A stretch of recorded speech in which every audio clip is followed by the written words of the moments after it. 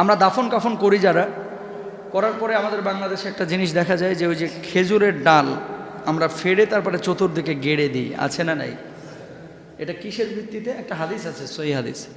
আল্লাহ রাসূল সাল্লাল্লাহু আলাইহি ওয়াসাল্লাম একদিন যাচ্ছিলেন রাস্তা দিয়ে হেঁটে, তো দুইটা কবরে প্রচণ্ড আযাব হচ্ছে। আল্লাহ রাসূল সাল্লাল্লাহু আলাইহি ওয়াসাল্লাম সাহাবীদেরকে বললেন, এই সাহাবীরা এদিকে আসো। বললো, ইয়া রাসূলুল্লাহ, কেন, কি হয়েছে? কয়, কবরের মধ্যে আযাব হচ্ছে। কয়, ইয়া রাসূলুল্লাহ, এরা তো ভালো মানুষ ছিল আমাদের জানা মতে, এদের কবরে কেন আযাব হচ্ছে? আল্লাহর নবী সাল্লাল্লাহু আলাইহি ওয়াসাল্লাম বললেন, ওরা চগুলখড়ি করতো, পরনিন্দা গীবত এই টাইপের কাজ করত, আর পেশাব করে ঠিক মতো ঢিলা কুলুপ ব্যবহার করতো না, এই জন্য আল্লাহ রাব্বুল আলামিন তাদের কবরে আযাব দিচ্ছেন। বলুন নাউজুবিল্লাহ। আল্লাহর নবী সাহাবীদেরকে বললেন, ও সাহাবীরা, খেজুরের ডালা নিয়ে আসো, কাঁচা ডালা। সাহাবীরা নিয়ে আসলেন। আল্লাহর নবী খেজুরের ডালা ফাড়লেন, তারপরে কবরের কিনারায় গেড়ে দিলেন। সাহাবীরা বললেন, ইয়া রাসূলুল্লাহ, কেন আপনি এটা করছেন? আল্লাহর নবী বললেন, ও সাহাবীরা, শোনো শোনো, খেজুরের ডালা আমি এই জন্য এখানে গেড়ে দিয়েছি, যতদিন পর্যন্ত এই ডালা কাঁচা থাকবে আল্লাহ রাব্বুল আলামিন ততদিন পর্যন্ত তাদের কবর আযাবটাকে ছাড় দিবেন। বলুন সুবহানাল্লাহ। আল্লাহর নবী বিশ্বনবী সাল্লাল্লাহু আলাইহি ওয়াসাল্লাম ওই দুইজন সাহাবীর জন্য, ব্যক্তির জন্য যে খেজুরের ডালা রোপণ করেছিলেন, গেড়ে দিয়েছিলেন, এই আমলটা এখন করা যাবে কিনা মনে রাখবেন। বিশ্বনবী রাহমাতুল লিল আলামিন কখনো কখনো সাহাবীদের চিকিৎসার জন্য উটের পেশাব খাইতে বলেছিলেন, কিন্তু এটা আওয়াম বিধান না, হাম বিধান না যে আপনাকে আমাকে পেটে পীড়া হইলে এখন উটের পেশাব খাইতে হবে না, বরং আল্লাহর নবী সেই জায়গায় ওই ঘটনাটা ঘটিয়েছিলেন মুআজিজা স্বরূপ। এটা আপনার আমার জন্য করণীয় বিষয় না, ঠিক কিনা? আল্লাহর নবী তুরবাতুশ শিফা, একবার সাহাবীদের পেটে পীড়া, পেট খারাপ হয়ে গেছে অনেকের, এবার ওই জায়গাটা দেখে আসছে আলহামদুলিল্লাহ। তো ওই যে মাটি, বলো সাহাবীরা এখানকার মাটি খাও, তোমরা খাইলে পেট ভালো হয়ে যাবে। সাহাবীরা একটু করে মাটি খাইলেন, আলহামদুলিল্লাহ সবার পেটের পীড়া ভালো হয়ে গেল। সুবহানাল্লাহ বলেন। এখন আপনি যদি ওইটারে মনে করেন যে সারা পৃথিবীর জন্য মেডিসিন, ওখানকার মাটি খোদাই করে ডেজার্ট দিয়ে নিয়ে আসতেছেন বোতল ভরে ভরে, এটা আপনার জন্য জায়েজ নাই। কারণ আল্লাহ রাসূল কি বলছেন, এই জিনিসগুলো, এই যে পেশাব খাওয়া উঠে, তারপরে দাঁড়ায় একবার আল্লাহ রাসূল পেশাব করেছেন, ময়লা আবর্জনা নিচে ছিল, বসলে নাপাকি ভরে যেত, এই জন্য একবার তিনি কি করছেন, দাঁড়ায় পেশাব করছেন। এই জন্য কি দাঁড়ায় পেশাব করা জায়েজ নাকি? ওটা ছিল হাজার, যে আমি বসলে আমার পেছনের কাপড় চোপড় নাপাক হয়ে যাবে, বুঝেন নাই? বসলে কি হয়ে যাবে, কাপড় চোপড় নাপাক হয়ে যাবে, এর লেগে আল্লাহ নবী একবার দাঁড়ায় পেশাব করছে। এখন আপনি যদি বলেন নবীজি তো একদিন দাঁড়ায় পেশাব করছে, আমি করলে সমস্যাটা কি, জায়েজ হবে? না। নবীজি উটের পেশাব খাইতে বলছে, আমি খাইলে সমস্যাটা কি? না, আপনার জন্য জায়েজ নাই, কারণ ওটা ছিল নবীজির মুআজিজা, যেই মুআজিজা আপনার আমার জন্য এখন কি নাই, প্রকাশিত হওয়ার সম্ভাবনা নাই, সেটা সেই সময়ের জন্য খাস। সুতরাং খেজুর গাছের ডাল যারা আপনারা লাগান, এই হাদিসের উপর ভিত্তি করে এটাকে সরাসরি হারাম বলার সুযোগ নাই, যেহেতু আল্লাহ রাসূল করেছেন, হারাম বলার সুযোগ নাই। তবে এটা করলেই যে কবর আযাব থেকে সে মুক্ত থাকবে, এটা বিশ্বাস করাও যাবে না, কারণ ওটা ওই জায়গার জন্য খাস ছিল। আল্লাহর নবী বিশ্বনবী সাল্লাল্লাহু আলাইহি ওয়াসাল্লামের জীবনে এমন অনেক মুআজিজা ঘটেছে। দেখেন দুইটা মুআজিজা। হযরত জাবের রাদিয়াল্লাহু তাআলা আনহু ওই খন্দকের পরীক্ষা খনন করার সময় আল্লাহর নবী পেটের মধ্যে পাথর বেঁধেছেন, সাহাবীরা অনেকক্ষণ ধরে কোনো কিছুই খায় নাই, সকালে খায় নাই, আগের দিন রাত্রেও খায় নাই, প্রচণ্ড ক্ষুধার যন্ত্রণা পেটের মধ্যে তৈরি হয়েছে। আল্লাহর নবী বিশ্বনবী রাহমাতুল লিল আলামিনও ক্ষুধার যন্ত্রণা তিনিও অনুভব করছেন।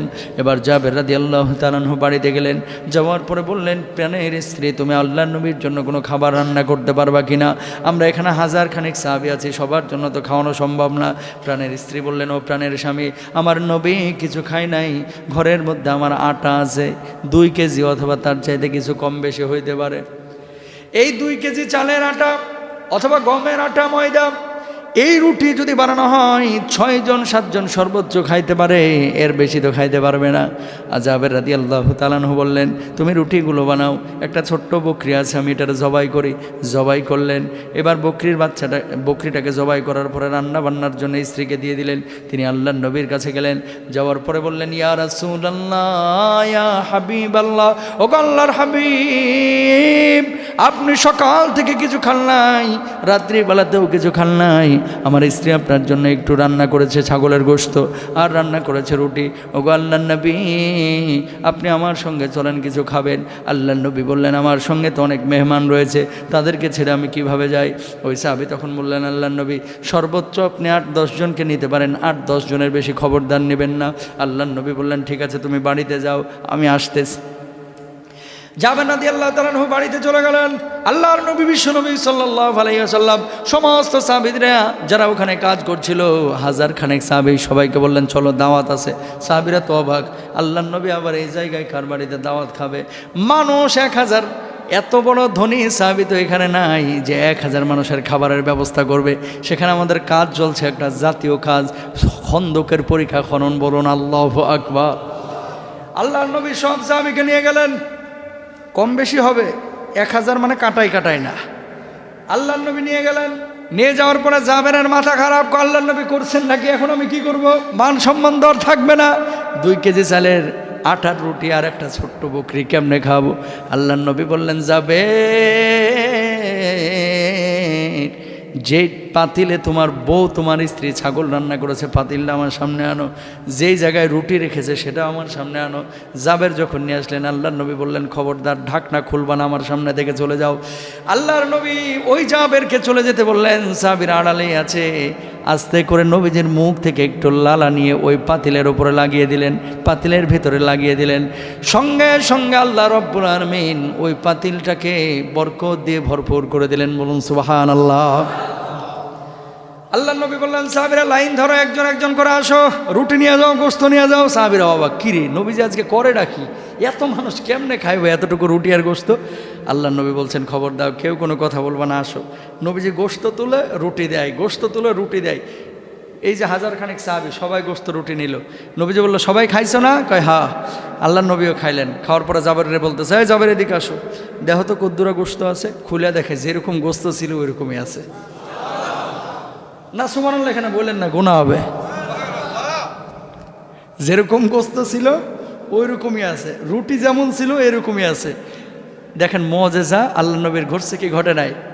এখন আপনি যদি মনে করেন 7 কেজি ওজনের একটা ছাগল জবাই করে আমার দাওয়াত দেন, যে হুজুর গোটা মসজিদের মুসল্লি নিয়ে আজকে আমার বাড়িতে দাওয়াত, ছাগলের ওজন কত? কথা কয় না, 7 কেজি। একটা পশমের সম পরিমাণও গোশত হবে না মনে হয় এক একজনের, যত মুসল্লি আছে। কথা বলেন। এখন আমি যদি ওখানে যাই বলি, নবীজি ঢাকনা খুলতে না করেছিলেন, আজকে আমিও ঢাকনা খুলবো না, আসুন গোশত নিন, রুটি নিন আর চলে যান। 3 জন যাওয়ার পরে দেখবো যে ঢাকনা ওঠায় কিচ্ছু নাই। কথা বলেন না কেন? কিচ্ছু নাই। কারণটা কি? আরে ওটা ছিল নবীজির জন্য খাস। ওই বিধান যদি আপনি আমি এখন লাগাই, কাজ হবে? মাসালা জায়গা মতো লাগাইতে হবে, জায়গায় লাগানো যাবে? প্রিয় ভাইরা, জুম্মার নামাজে আল্লাহ নবী খুতবা দিচ্ছে, সাহাবীরা বলতেছে, ইয়া রাসূলুল্লাহ, আপনার কাছে একটা আরজি আছে। বলছে, বলো কি আরজি, বলো কি আরজি? সাহাবীরা বলতেছে, আপনি দেখেন না আল্লাহ নবী 7 দিন 8 দিন ধরে বৃষ্টি নাই, বড় বিপদে আছি। কয়েক মাস ধরে বৃষ্টি নাই, বড় বিপদে আছি, একটু দোয়া করে দেন না। আল্লাহ রাসূল যদি দোয়া করেন, আল্লাহ তো আপনার ডাকে সাড়া দেয়। আল্লাহ নবী বলতেছে, তোমাদের বৃষ্টি প্রয়োজন, ঠিক আছে। আল্লাহর কাছে আল্লাহ রাসূল বললেন, ওগো আল্লাহ, আমার উম্মতের কষ্ট হচ্ছে, আপনি বৃষ্টির ব্যবস্থা করেন। আল্লাহ নবীর দোয়াটা শেষ হয়েছে, দেখে মসজিদের উপরে কালো মেঘ জমে গেছে। এমন বৃষ্টি শুরু হয়েছে, সাহাবীরা তো মহা খুশি। জুম্মার নামাজ পড়ে যায়া বাড়িতে সবাই মনে করেন কেউ রেস্ট নিচ্ছে, কেউ প্ল্যান করছে কালকে কি ফসল লাগাবে, কি করবে না করবে। বৃষ্টি, তুমুল বৃষ্টি।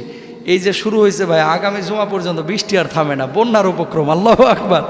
এবার পরের জুমায় নবীজিকে এসে বলতেছে, ওগো আল্লাহর হাবিব, যা দোয়া করছেন আল্লাহ নবী, হয়েছে, ভালোই হয়েছে, এবার একটু বৃষ্টিটা থামান।